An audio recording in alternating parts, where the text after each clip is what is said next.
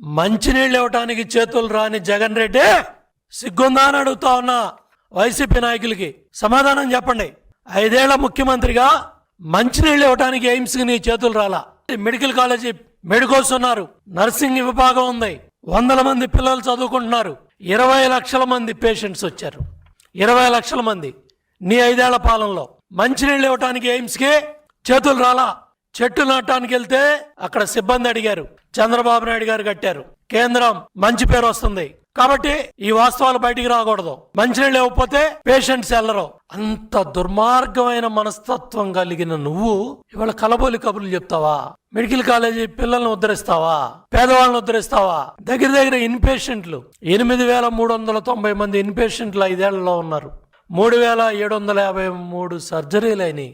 మంచినీళ్లు ట్యాంకర్లు పెట్టి కేంద్ర ప్రభుత్వ నిధులతో కృష్ణానది పక్కన ఎయిమ్స్ హాస్పిటల్కి, ఎయిమ్స్ లో ఉన్న మెడికల్ కాలేజీ నర్సింగ్ పిల్లలకి ట్యాంకర్లతో నీళ్లు కొనుక్కొచ్చి పోసుకున్నారు ఎయిమ్స్ హాస్పిటల్ నడపడానికి. నువ్వా జగన్ రెడ్డి మెడికల్ కాలేజీ సీట్ల గురించి మాట్లాడుతున్నావు, పీపీపీ విధానం గురించి మాట్లాడుతున్నావు. చాలా స్పష్టంగా మొన్న నీ ఎంపీలు, నీ బాబాయ్ సుబ్బారెడ్డి నాయకత్వంలో సిబిఐ ఈడీ దొంగ నీ బాబాయ్ వైవి సుబ్బారెడ్డి ఎంపీలను తీసుకొని వెళ్ళాడు కేంద్ర మంత్రి దగ్గరికి. గడ్డి పెట్టారు, అక్షంతలు వేశారు. ఏవయా మా దగ్గరికి వచ్చి కాగితాలు ఇస్తున్నారు, బయటకు వచ్చి కాలేజీలు అమ్మేస్తున్నారు, సీట్లు అమ్మేస్తున్నారు మాట్లాడుతున్నారు. బుద్ధి జ్ఞానం ఉందా అని అడిగారు. దానికేం సమాధానం చెప్తావు? పీపీపీ విధానం మేలే అని నీ ఎంపీ స్థాయి సంఘం దగ్గర పెట్టిన సంతకం గురించి ఏం చెప్తావు? ఢిల్లీలో చేసే నాటకాలేంటి? గల్లీలో నువ్వు ఆడే నాటకాలేంటి? ఢిల్లీలో ఒక మాట చెప్తావు, గల్లీలో ఒక నాటకం ఆడతావు. జగన్మోహన్ రెడ్డి ఉద్యోగం పోయిందని ఇవాళ నువ్వు మాట్లాడే అబద్ధాలు గాని అసత్యాలు గాని ప్రజలు నమ్మటానికి సిద్ధంగా లేరు. 18 నెలల్లో నిన్న నువ్వు ఆరోగ్యశ్రీ గురించి మాట్లాడుతున్నావు. ఎన్టీఆర్ వైద్య సేవ పేరుతో 6,000 కోట్లు ఖర్చు పెట్టాం. నిన్నేం మాట్లాడుతున్నావు ఆరోగ్యశ్రీ గురించి?